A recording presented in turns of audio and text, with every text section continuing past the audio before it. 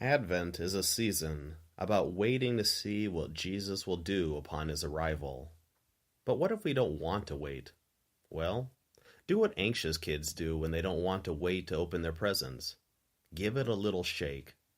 We already have a glimpse of Jesus, who came and then came back again. It's called the resurrection. And upon his arrival that first Easter morning, he had a message for Mary Magdalene and the other Mary to give to the apostles. Go, tell my brothers to go to Galilee, and there they will see me.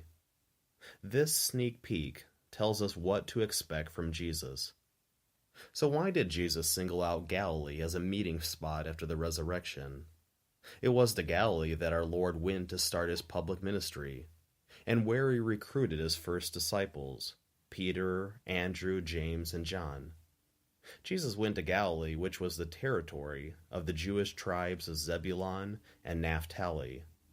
They were the first to suffer exile under the Assyrians, and the first to be healed according to the prophet Isaiah, who predicted the birth of a child that would bring light to those who waited in darkness. In other words, we are waiting for Jesus to bring light and healing to our exiled, sinful state. For this to happen, we need to follow 3 key steps this Advent. First, we must allow ourselves to be found.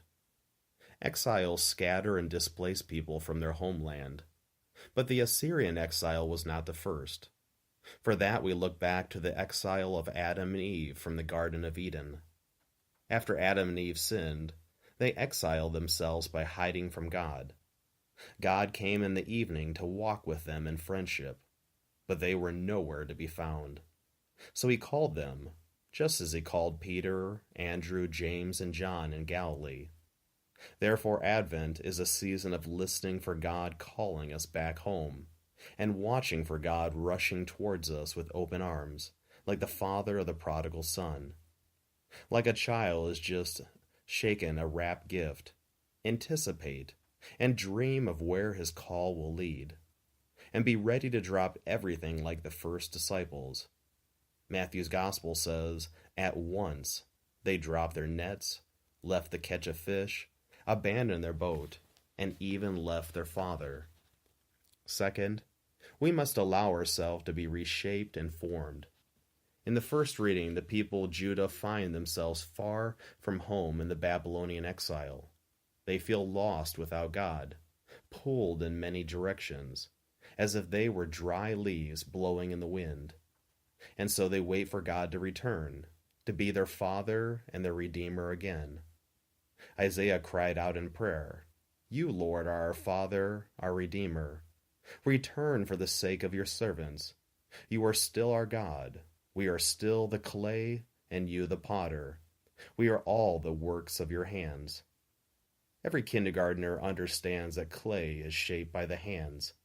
Yet when we become adults, we, the clay, resist the shape that the potter tries to give us. What work of art ever formed itself? Adam was formed from the clay of the earth and shaped in God's image. By following Jesus that day, the first disciples trusted that they would be reshaped into something greater. Third, we must allow God to net more souls through us. Jesus was the first light for those who walked in darkness, but he handed that torch onto us when he called us salt and light. Jesus challenged the first disciples to be fishers of men. The goal of the spiritual life must be to bring more souls to Christ. Noah collected a portion of God's creation and saved it in his ark. Moses led the enslaved Israelites to the promised land. St. John the Baptist drew countless souls into the waters of rebirth. Therefore, we cannot afford to show up on the shores of salvation empty-handed. Advent is an anxious countdown to see what the gifts of Christ will bring for those who allow themselves to be found, reshaped, and net more souls for him. No one has anxiously waited for the arrival of Christ more than his mother Mary. For St. John Paul II reminds us, the mystery of the Holy Night, which historically happened 2,000 years ago, must be lived as a spiritual event in the today. The Word who found a dwelling in Mary's womb comes to knock on the heart of every person with singular intensity this Christmas. So unwrap the joy of Advent now.